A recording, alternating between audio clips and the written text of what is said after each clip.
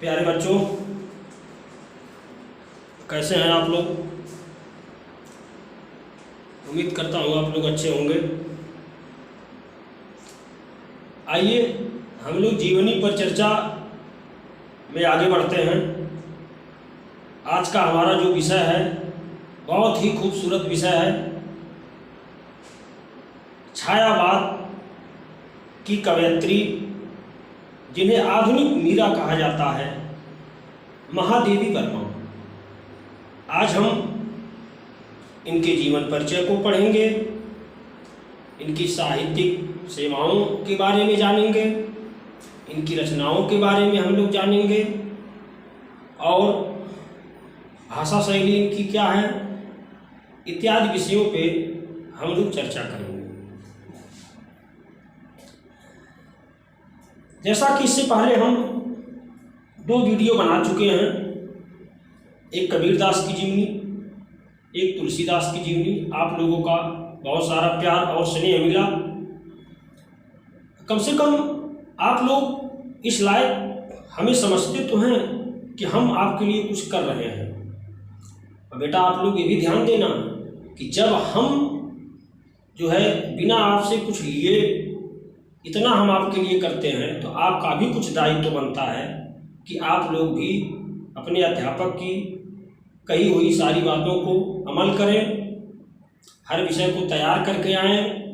देखिए, बोर्ड का एग्ज़ाम जो होता है आज के समय में बहुत कठिन हो चुका है। नई शिक्षा नीति जब लागू होगी तो पाठ्यक्रम में बहुत सारे बदलाव हो चुके हैं। इन सब विषयों को ध्यान में रखते हुए चलिए हम आज अपना विषय शुरू करते हैं, महादेवी वर्मा की जीवनी। जैसा कि विदित है, महादेवी वर्मा छायावाद की कवयित्री हैं।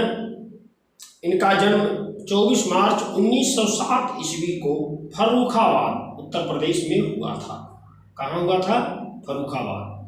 कब? 24 मार्च 1907 ईस्वी में फर्रुखाबाद में इनका जन्म हुआ था। इनके पिता का नाम श्री गोविंद सहाय वर्मा था। क्या था? श्री गोविंद सहाय वर्मा।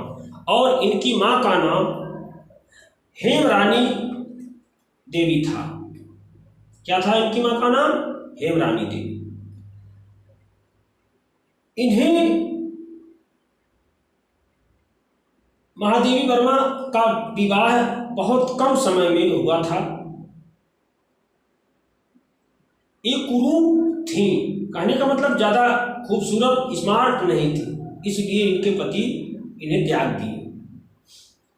उसके बाद महादेवी वर्मा शादी नहीं की, ये अपनी पढ़ाई करने लगी।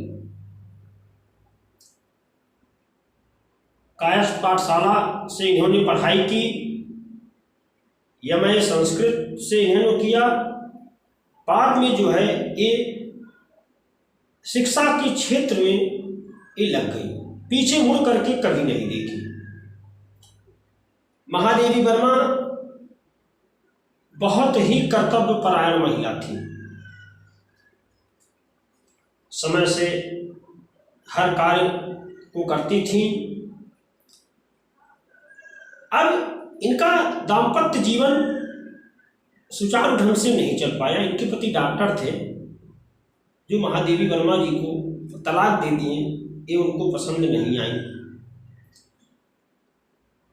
लेकिन जब महादेवी वर्मा जी का तलाक हुआ तो काफी टूट चुकी थी और इनके ऊपर बौद्ध धर्म का विशेष प्रभाव पड़ा।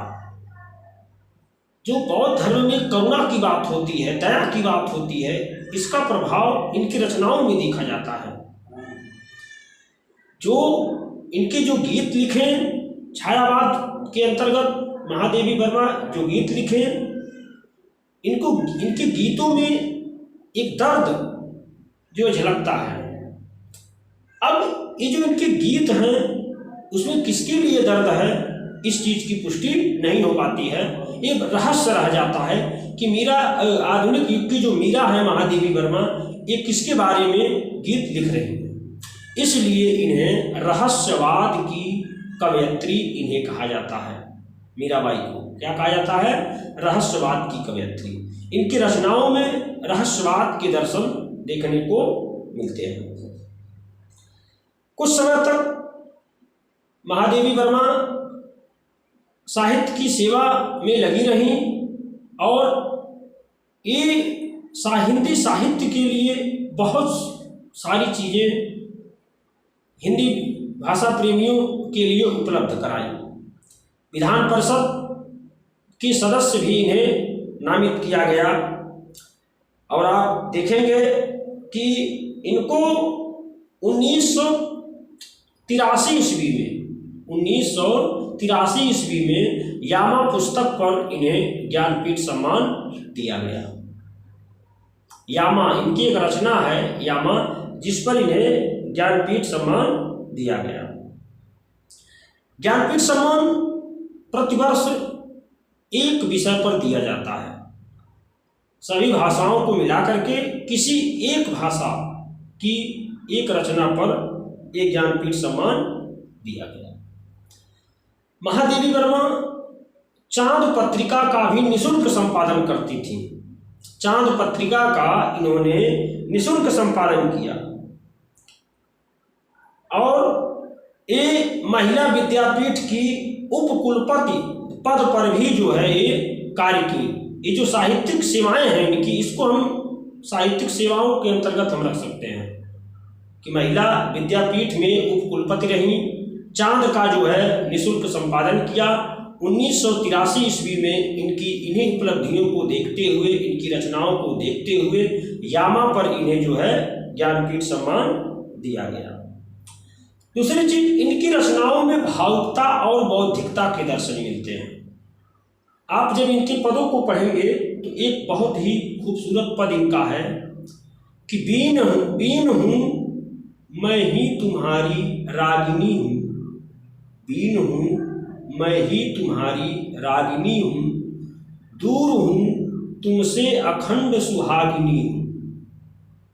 फिर से एक बार देखिए, बीन हूँ मैं ही तुम्हारी रागिनी हूँ, दूर हूँ तुमसे अखंड सुहागिनी हूँ। इस प्रकार ये जरूर लिखिएगा जीवनी लिखते समय कि महादेवी बौद्धों की करुणा से प्रभावित थी। अब हम लोग बात कर लेते हैं इनकी रचनाएं। महादेवी वर्मा की प्रमुख रचनाएं जैसे निहार, इनका पहला काव्य संग्रह निहार आया, इसकी भूमिका हरिऔध जी लिखे थे। निहार, रश्मि, नीरजा, सांध्यगिरि, दीपशिखा, सप्तपर्णा, यामा, ये इनकी प्रमुख काव्य रचनाएं हैं। इनके निबंधों में जब हम देखेंगे तो श्रृंखला की कड़ियाँ, स्मृति की रेखाएं जैसे गद्य रचनाएं भी इनकी मिलती हैं। ये निबंध भी लिखी, संस्मरण इनकी जैसे पथ के साथी महादेवी वर्मा का संस्मरण है। मेरा परिवार रेखा चित्र है इनका। इसमें आप देखेंगे गिल्लू जैसे अच्छे रेखा चित्र आपको मिल जाएंगे। तो ये थी इनकी कुछ चर्चित रचनाएं।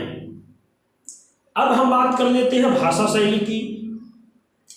तो कहा जाता है कि महादेवी वर्मा प्रारंभ में ब्रज भाषा में रचना करती थी।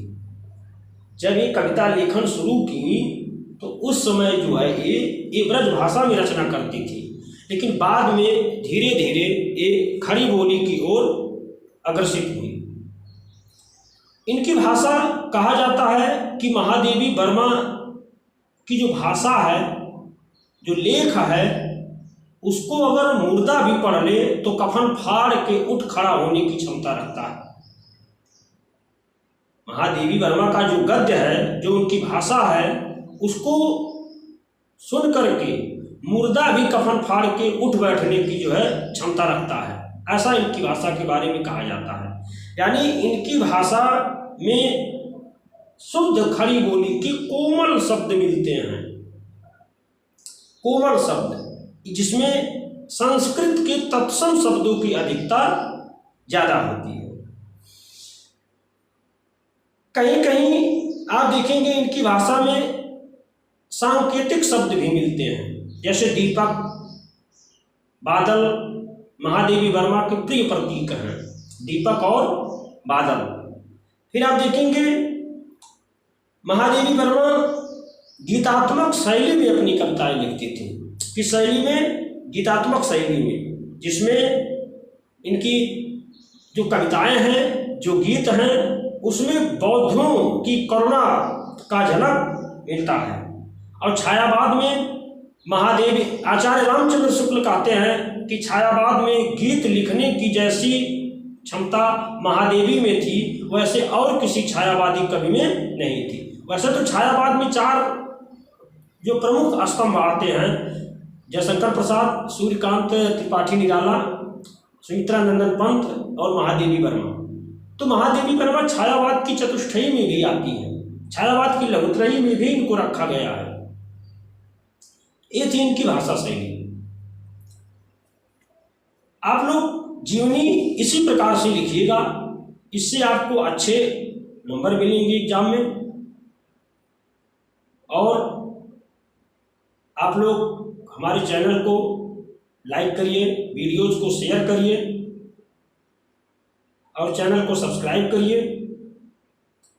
अगर हमारा वीडियो आपको अच्छा लगे तो आप और लोगों को इस चीज़ के बारे में जानकारी दीजिए कि गोविंद सर हैं, राजकीय इंटर कॉलेज नौगढ़ सिद्धार्थ नगर के टीचर हैं, जो बोर्ड की तैयारी, हिंदी विषय की तैयारी अपने चैनल के माध्यम से करा रहे हैं। तो मिलते हैं अगले वीडियो में हम लोग। फिर हम अगला वीडियो जो है किसी कवि के ऊपर लेकर के आएंगे। ठीक है बच्चों, धन्यवाद।